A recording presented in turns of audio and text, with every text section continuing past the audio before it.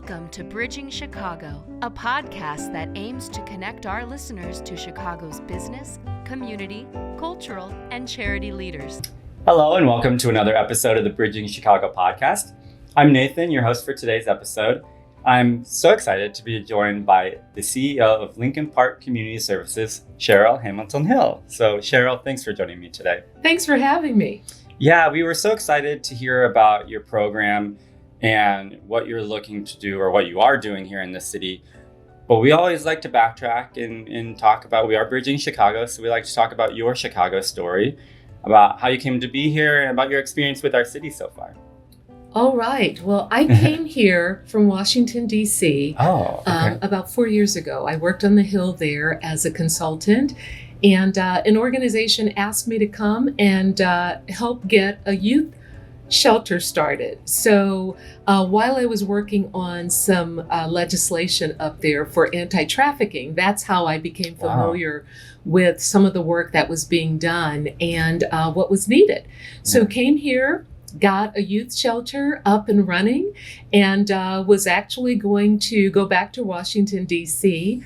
And then another shelter called and said that there was an opportunity there. And so now not only do I get an opportunity to work with youth, but I also get a chance to work with adults, anyone 18 and over. Okay. So the organization that I am with currently is Lincoln Park Community Services. And it started back in 1985 when 4 faith communities came together and said that they wanted to do something to impact those who were experiencing homelessness in the Lincoln Park area. So it started off as just an emergency overnight shelter with a few pallets on the floor, but people who were very, very dedicated to this work. Yeah, it's interesting because I think Lincoln Park is thought of as one of the more affluent neighborhoods in the city. And so to think about a homeless shelter there or homeless people in Lincoln Park isn't necessarily something that people would think about, but I mean, it one shows that it can happen anywhere to anyone, really, if circumstances change in our lives.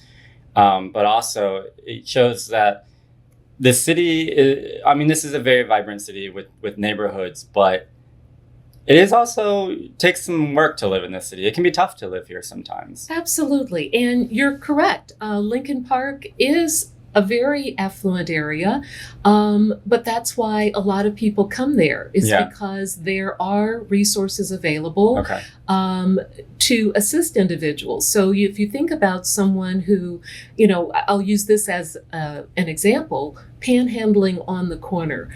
Are you going to do that in a community that also doesn't have resources, or are you going to navigate to a place where you may be able to get some resources to get a meal or to find a place to stay? And also the community is very, very caring.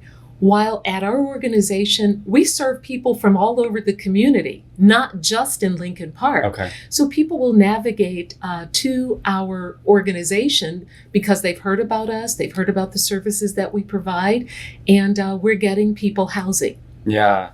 Are you, Lincoln Park is also very big.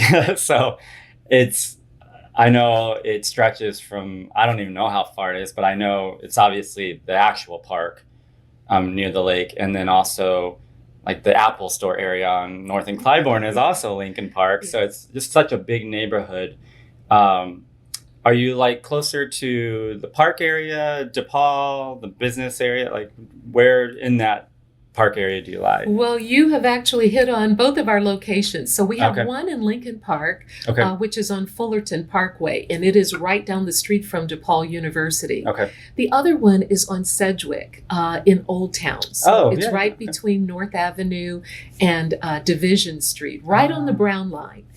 You've probably seen the building. I probably walked by it on Sunday. You probably have. And if you're on the Brown line, it has a giant mural on the side painted by artist Sam Kirk, who did it. It's 4 stories. So it's very bright and colorful, but it's like a beacon of hope in the community for those who are experiencing homelessness. Yeah. And I think that's so cool because that points to what is happening a lot in this city, which is sort of a reclamation project, I guess, of we see a lot of murals going up, a lot of new artists sort of being showcased in these murals. But really, I think what it's showing is these sort of hidden talents that were around, or the hidden people that were around, are kind of getting their place more so now than I think before. Absolutely. And we actually have some of those individuals inside the shelter. Yeah. We have people from all walks of life. I mean, your circumstances, if they change overnight,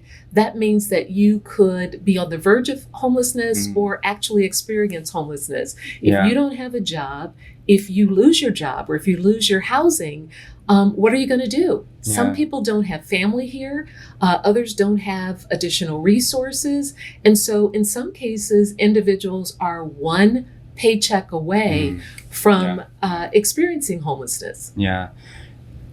I think a common misconception with people who are under-resourced is that they are under-resourced because they either get that way and choose to stay that way, or they just don't want to work. They don't want to do the work to get to where other people feel like they should be. Can you speak to that misconception and what you know about the people that you serve?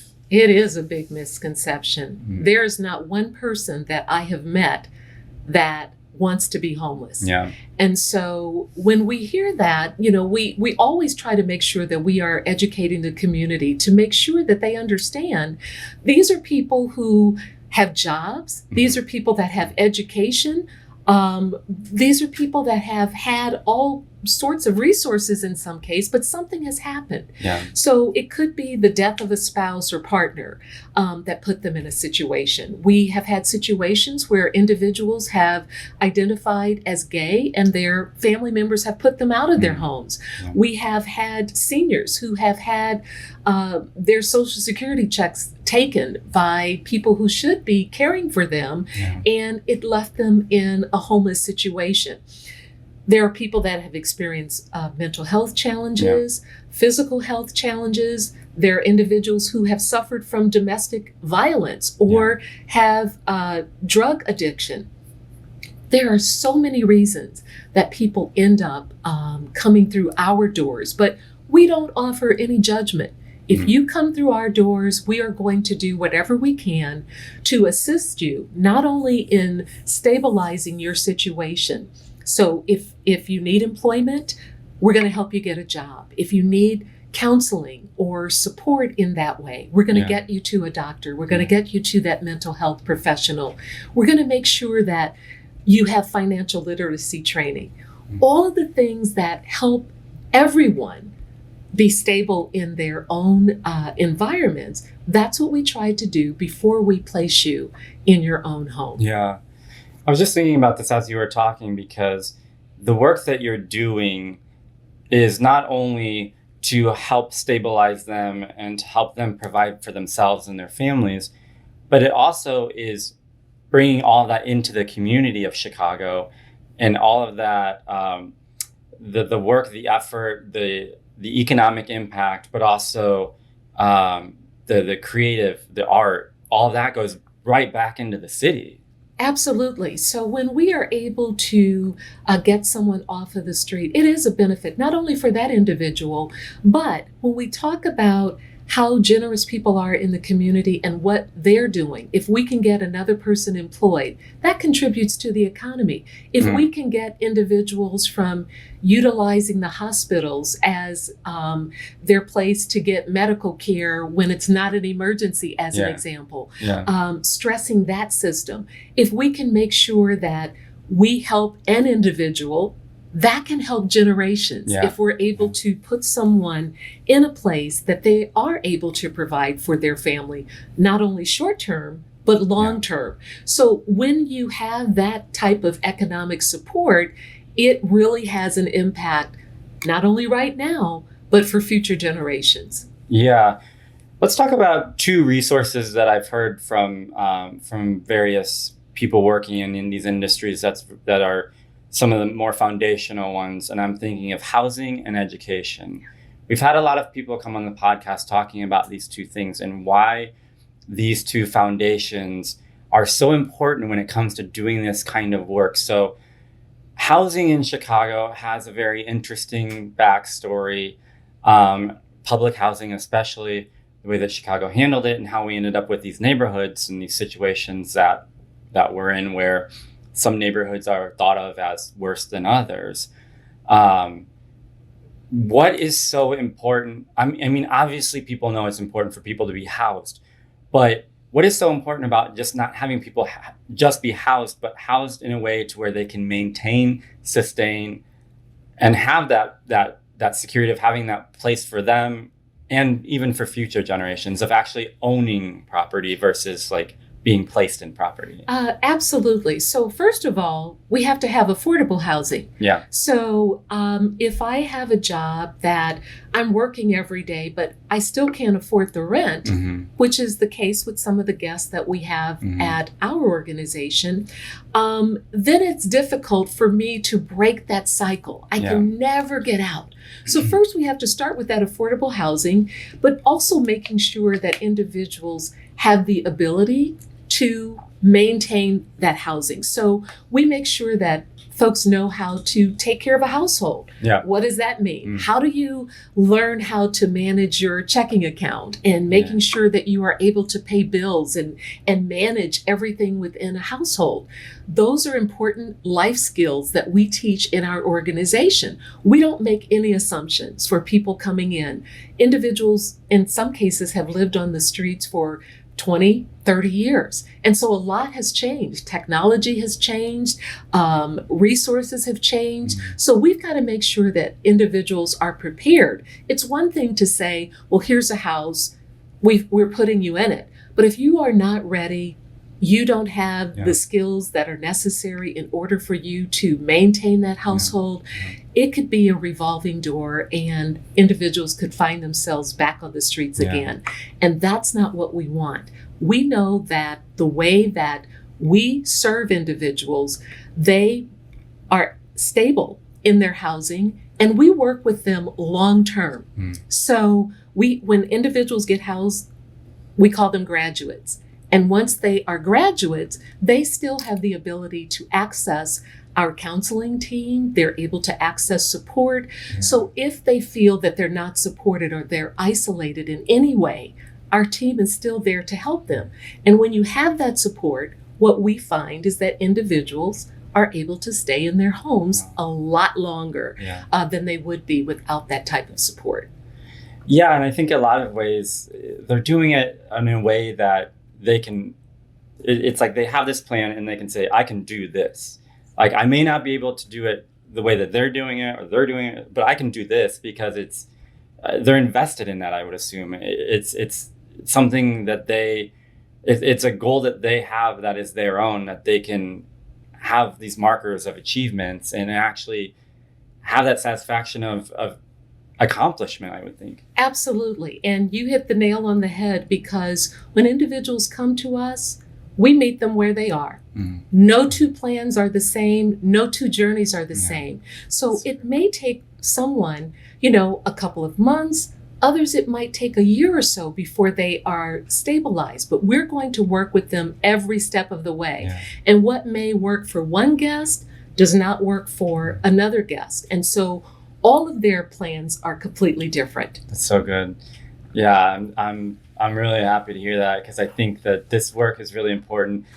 I've seen people do the work who have great intentions and the execution just doesn't quite seem right, and they can't figure out why they keep having to start over, or why they keep hitting these walls. And I think that including people in these is just so important, because that buy-in, I think, just adds another layer to that. Absolutely. We don't ever just sit down and say, well, here's what we're going to do to help make you be successful.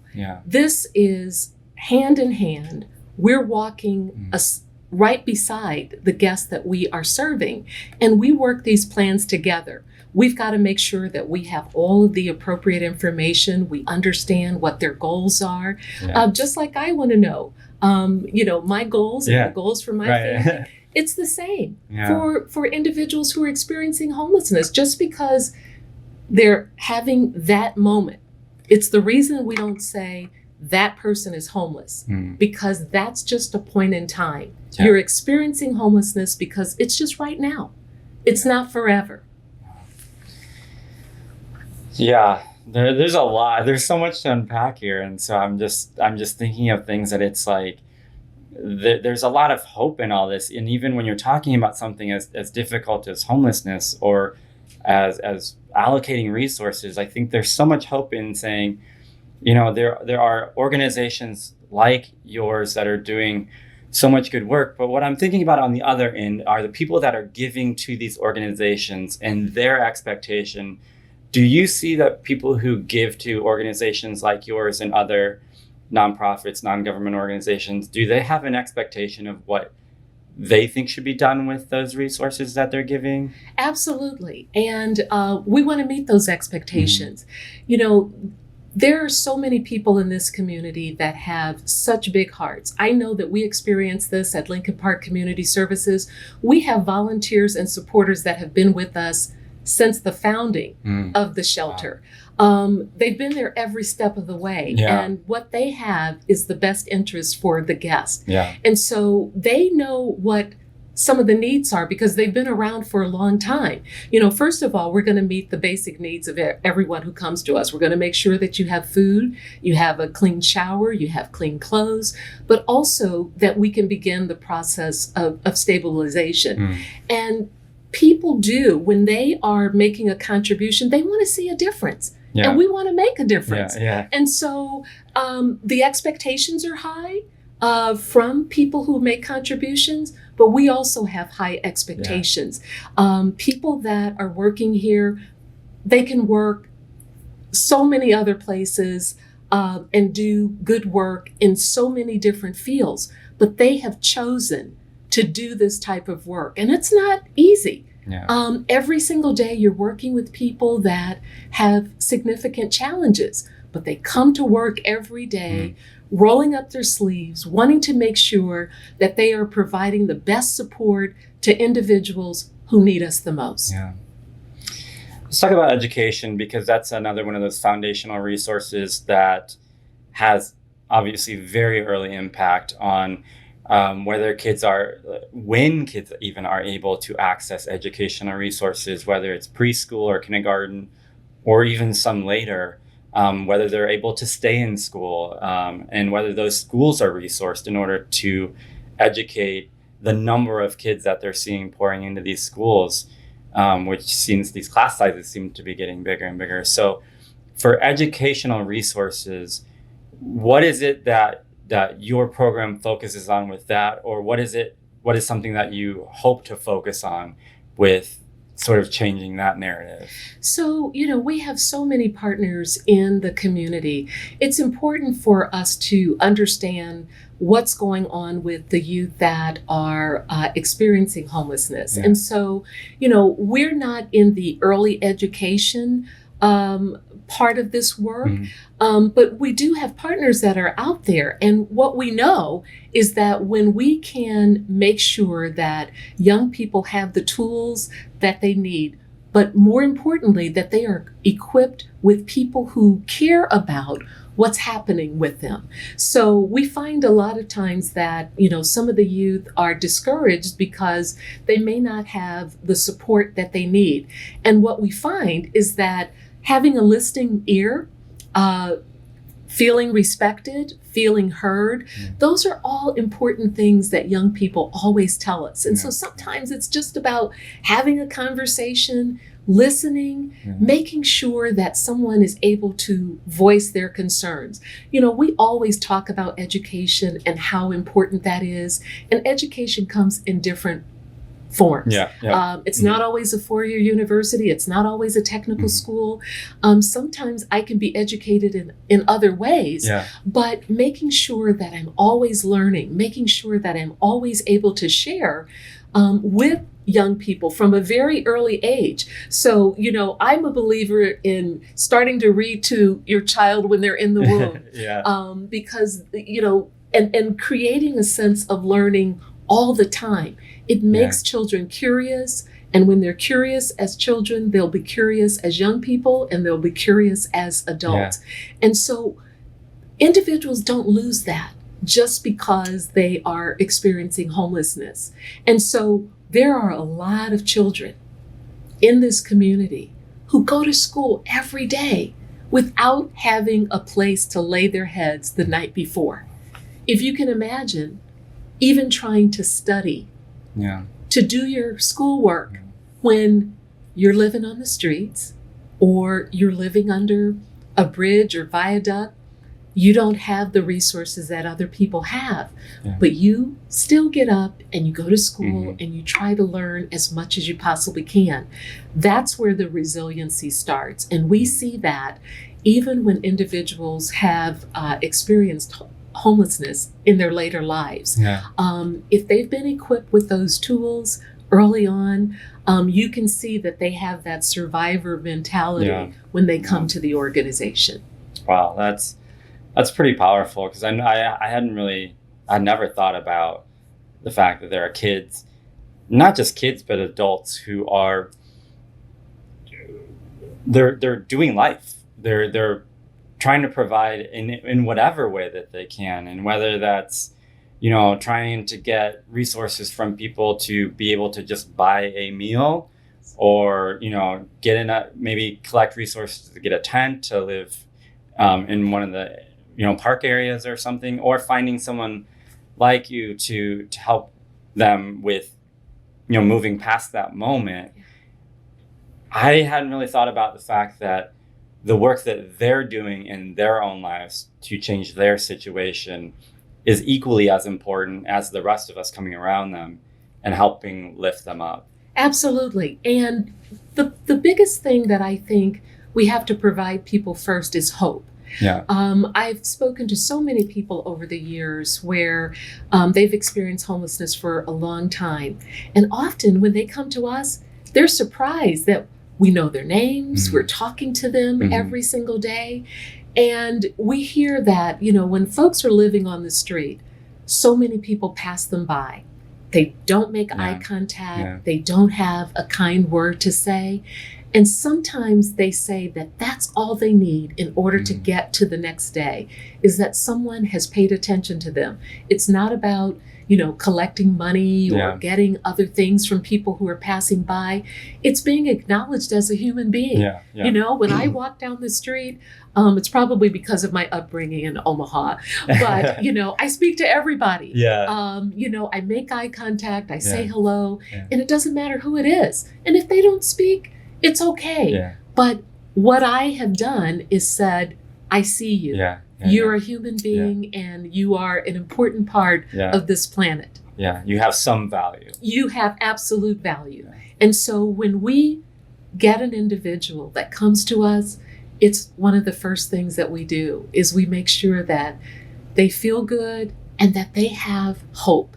When you have hope, there are so many things that you can do. It builds your confidence. You know that there are other people that are in your corner cheering you on, and you want to be successful. It's like the people that are at the finish line for a race. They've not done any of the racing, but they're there to cheer you on. And as tired as your legs may be, you're thinking, I got to get to the finish line. There are people down there that are counting on me. It's going to feel so good when I finally cross over. It's the same thing. I want to end with asking you about your work in Washington and how that has informed your work here in Chicago, and sort of how that will help shape the future of this city and the future of its people. Policy and advocacy is everything. So first of all, we've got to make sure that people are voting and utilizing their right to vote.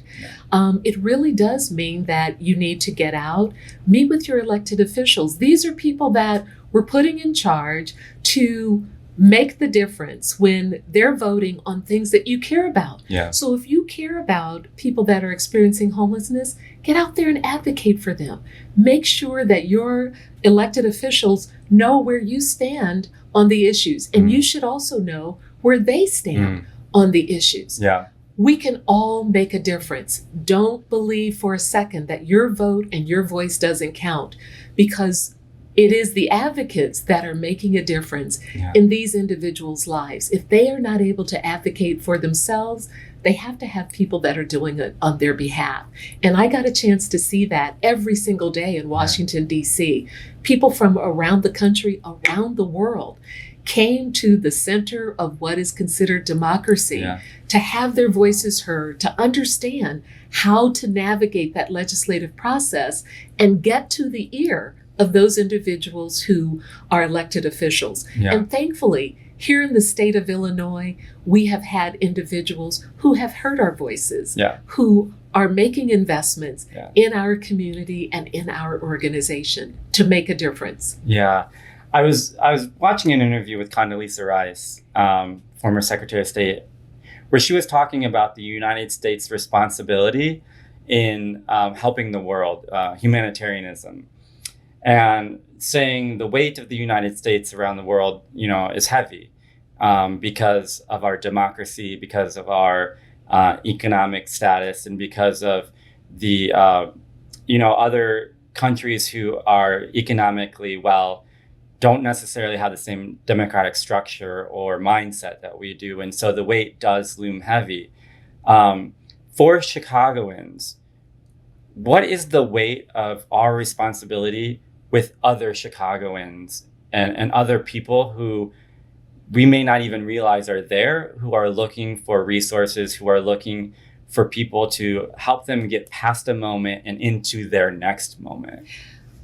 It is the responsibility of the entire community. We don't look at a situation where it's us versus them. We're in this together. The community is only going to be as great as the most vulnerable. So for those organizations and for those communities that are thriving, it is because they have wrapped their arms around those individuals who need the most support. If we think back to even 2012, 2015, there was a large population of veterans who were experiencing homelessness. There has been such a significant drop in the number of veterans who are experiencing homelessness because there was laser focus on that particular area of the community. And we can do that in so many other places if we have that laser focus. And what I like about being here in the Midwest, I've lived on the coast, not to throw any type of shade on the West or on the East, but what I know is that people in the Midwest, they care about people that they don't know. And they are going to make a difference in the lives of individuals who they will never come in contact with, but they know it's the right thing to do. I've lived in the Midwest my whole life, and I'm in a lot of ways grateful I did, because of that exact theory there, is that people matter even if you can't see them in front of you. And I think that it's a great value, and I know it's a value of the city, and the logistics of that, sometimes are tough to figure out, but I believe we'll get there, and I believe that people want us to get there. I know it. I see it every single day with the number of people who support us, who want to make a difference in this community. And if we all did just a little bit, it could have such a tremendous impact. I think about just having 365 days a year.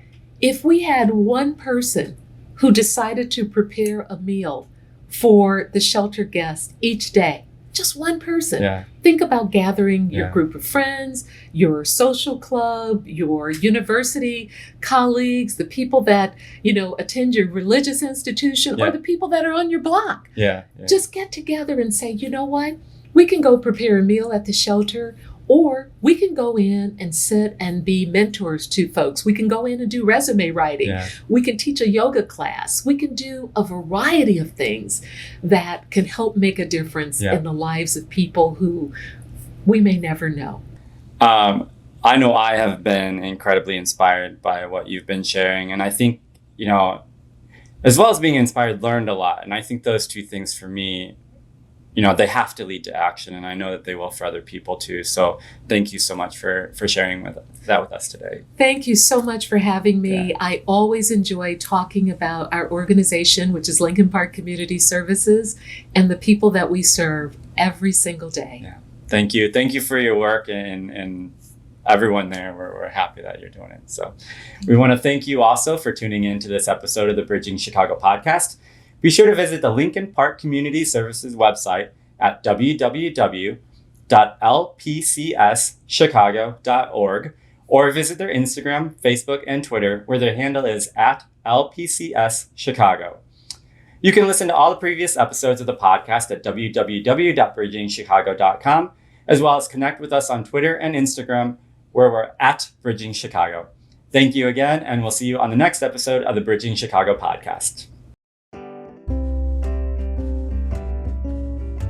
Thanks for listening to this episode of Bridging Chicago, as produced by the SATC Solutions Center. Nothing contained in this podcast shall constitute financial, investment, legal, and/or professional advice. No professional relationship of any kind is created between you and the podcast host or guest.